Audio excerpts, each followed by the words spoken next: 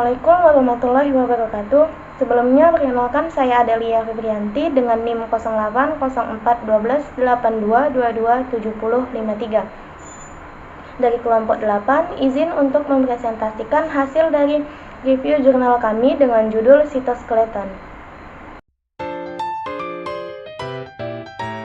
Kita langsung saja untuk slide yang pertama, itu ada pengertian sitoskeleton. Sitoskeleton adalah jaringan serat protein yang menyusun struktur sel dan memberikan dukungan serta bentuk pada sel. Sitoskeleton adalah kerangka sel yang terdiri dari protein berbentuk benang halus atau filamen yang terdapat di sitoplasma, dan semua jenis sel memiliki sitoskeleton. Nah, di sini sudah ada gambar dari sitoskeleton itu sendiri. Bagian yang atas itu ada plasma membran, kemudian diikuti dengan ribosom, kemudian ada reup endoplasmic reticulum, ada mitokondria, mikrofilamen, intermediate filamen, dan mikrotubule. Slide selanjutnya ada komponen sitoskeleton. Komponen penyusun sitoskeleton dibagi menjadi 3 kelompok, yaitu pertama ada mikrotubulus, mikrofilamen, dan filamen intermediat. Ketiga filamen tersebut saling berhubungan satu sama lain dalam suatu ikatan protein yang bermacam-macam. Dengan begitu, filamen-filamen tadi akan membentuk sistem kerangka sel yang menyelubungi sitoplasma. Akibatnya, posisi nukleus yang berada di dalam sel akan semakin kuat. Nah, sitoskeleton sendiri memiliki beberapa fungsi, yaitu untuk memberikan dukungan dan kekuatan mekanis pada sel, untuk mengatur bentuk dan ukuran sel, memungkinkan sel bergerak dan berpindah tempat, kemudian memfasilitasi transportasi intraseluler dan mengatur pembelahan sel. Komponen penyusun sitoskeleton yang pertama itu ada mikrotubulus. Mikrotubulus adalah salah satu komponen sitoskeleton yang terdiri dari protein tubulin. Mikrotubulus berfungsi dalam motilitas sel, pergerakan sel, dan kromosom. Transportasi intraseluler, pembelahan sel, berpartisipasi dalam mitosis, dan membentuk struktur dasar seperti silia dan flagella, sentriol, serta badan basal. Mikrotubulus itu sendiri memiliki struktur yang berpasangan, terdiri dari 13 klatofilamen, mengandung protein globuler atau turbin, yang terdiri atas alfa-tubulin dan beta-tubulin, di mana keduanya berpilin satu sama lain. Lokasi mikrotubulus ini sendiri yaitu menyebar di sitoplasma dengan konsentrasi di sentrosom. Seperti pada gambar di samping, alfa-tubulin berada di atas beta-tubulin dan klotofilamen berada di tengah-tengah.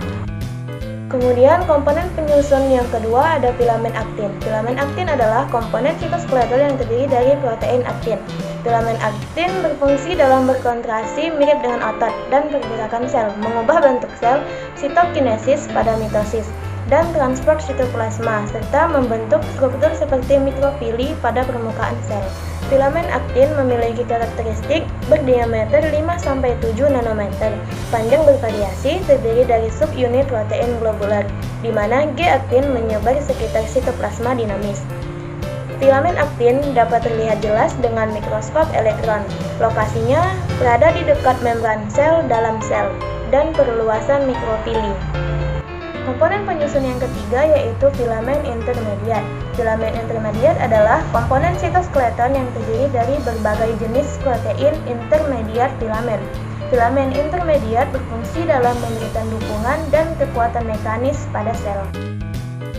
Filamen intermediat memiliki karakteristik struktur yang berfilamen dengan diameter 10 nanometer dengan subunit antiparalel. Tekanan slot-like protein bersifat stabil, dengan berlokasi banyak terdapat di bagian desmesom, di dalam membran nukleus, dan tersusun di seluruh sitoplasma. Nah, di dalam sitoskeleton juga terdapat gangguan. Gangguan pada sitoskeleton dapat menyebabkan berbagai masalah seperti kelainan bentuk dan ukuran sel, gangguan pembelahan sel, kelainan gerakan sel, penyakit genetik seperti progeria, dan lainnya. Kesimpulan pada materi kali ini yaitu sitoskeleton adalah jaringan serat-serat protein yang penting dalam mempertahankan struktur dan fungsi sel. Komponen utama sitoskeleton terdiri dari mikrotubulus, filamen aktin, dan filamen intermediat. Sitoskeleton memiliki berbagai fungsi seperti memberikan dukungan mekanis, mengatur bentuk sel, dan memfasilitasi transportasi intraseluler. Gangguan pada sitoskeleton dapat menyebabkan berbagai masalah pada sel dan tubuh manusia.